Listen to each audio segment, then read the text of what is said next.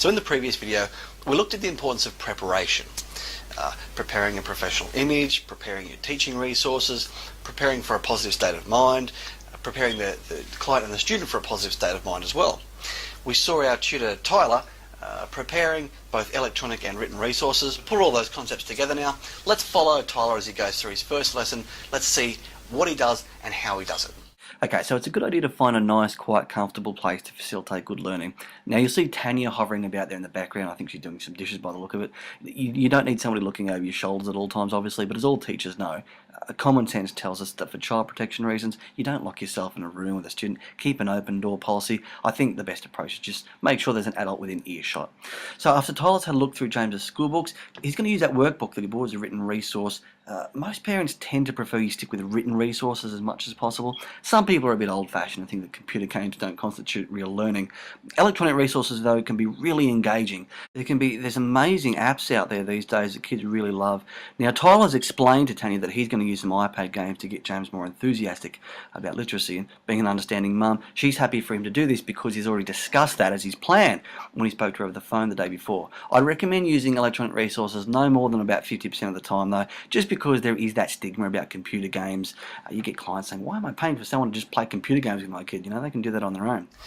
So as long as you follow these steps so far, the client should be happy to continue with you after the first lesson for at least a few more weeks until they reassess the situation. So after you overcome that first hurdle of the first lesson, the next one might come down the track a few weeks later once the parents decide to reassess the situation.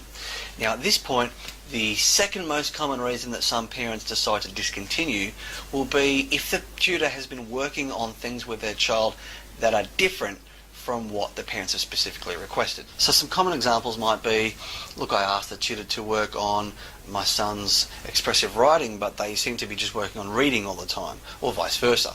Another one might be, I specifically asked the tutor to help my daughter with her homework, but instead they just do computer games each time. So look, by all means, follow the lesson plan template, and if you think you've got some great ideas as to how you can help the student, absolutely, discuss them with the parents, run them by the parents, listen to their ideas, discuss their ideas and your ideas back and forth. But ultimately, if they have specifically requested you to work on certain aspects of schoolwork with their child, make sure you follow their requests as the absolute priority. So to summarise, follow child protection regulations by making sure that there's an adult reasonably close at all times. Look through your students' schoolwork to assess their strengths and weaknesses and formulate some goals. As well as using the students' schoolwork, bring some of your own resources as well. Depending on the situation, try and use electronic resources no more than 50% of the time, and only if the parents are happy for you to do this. Follow a lesson plan template, but follow the parents' requests as a priority. So in the next video, I'm going to reveal to you what I think is perhaps the most powerful impact on a young learner's performance, and show you how you can use this effect to help your student make progress faster than they ever thought that they could. And finally, I'm going to let you in on what the number one most common reason that some parents choose to discontinue tuition is.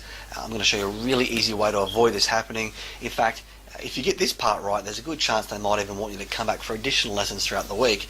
In fact, this is probably the thing that can make more of a difference than anything else.